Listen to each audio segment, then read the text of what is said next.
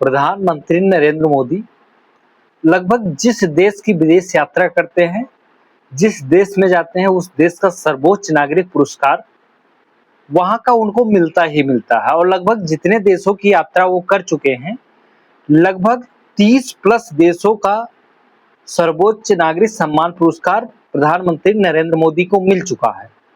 तो इसी बीच प्रधानमंत्री नरेंद्र मोदी इंडोनेशिया की यात्रा करते हैं और इंडोनेशिया यात्रा के दौरान उनको इंडोनेशिया सरकार द्वारा इंडोनेशिया का सर्वोच्च नागरिक पुरस्कार सम्मान मिलता है।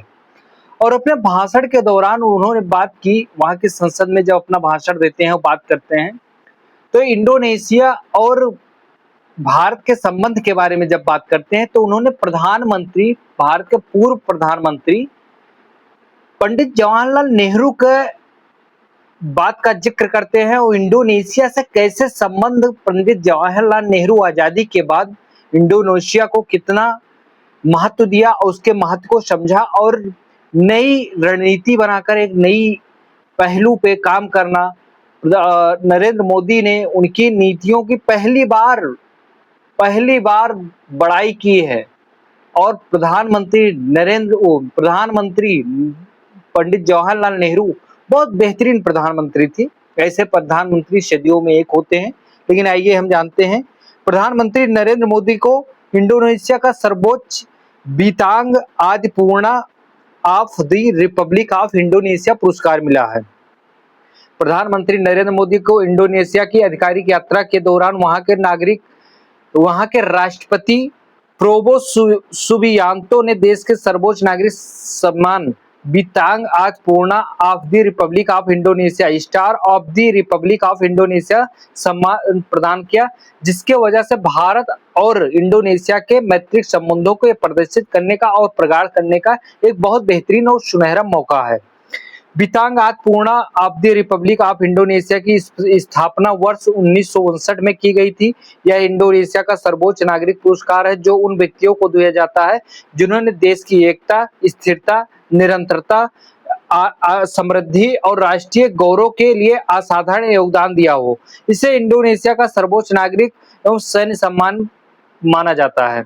Bintang Adipurna of the Republic of Indonesia की स्थापना हमने बता ही दिया 1959 में हुई थी। भारत और इंडोनेशिया के बीच 2018 से व्यापक रणनीतिक साझेदारी स्थापित की गई। दोनों देशों के बीच नियमित उच्च स्तरीय राजनीतिक संवाद यानी मुलाकात होती, बातचीत होती रहती है तथा आसियान, G20, पूर्वी एशिया शिखर सम्मेलन और हिंद महासागर तटीय क्षेत्र सहयोग संगठन IORA जैसे बहुपक्षीय मंचों पर घनिष्ठ सहयोग बना हुआ है और एक दूसरे का सहयोग प्रदान करते हैं।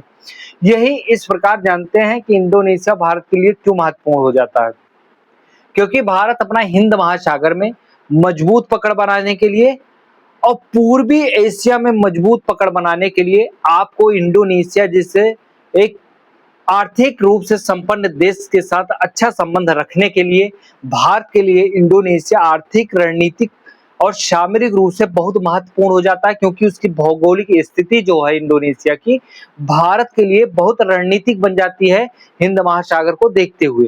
तो इसलिए भारत हमेशा चाहता है और एक दूसरे के सहयोग के माध्यम से कि इंडोनेशिया से भारत का संबंध बहुत बेहतरीन बना रहे। इसी का महत्व देखते हुए पंडित जवाहरलाल नेहरू उनकी बहुत बेहतरीन फॉरेन पॉलिसी थी और उनकी बहुत बेहतरीन दूरदर्शिता पूर्व नजर थी। उन्होंने उसका फायदा उठाया था और दोस्ती को एक बेहतरीन अंजाम दिया था। उसी की परपाटी रखी हुई है, उसी के परपाटी पे जितने भारत के प्रधानमंत्री हो रहे हैं वो काम कर रहे हैं, उसी परपाटी को आगे बढ़ाने का काम प्रधानमंत्री नरेंद्र मोदी ने विदेश नीति के रणनीतिक साझेदार के रूप में इंडोनेशिया से संबंध स्थापित किया है। इसी प्रकार इंडोनेशिया भारत का संबंध बहुत प्रगाढ़ हो जाता है। धन्यवाद।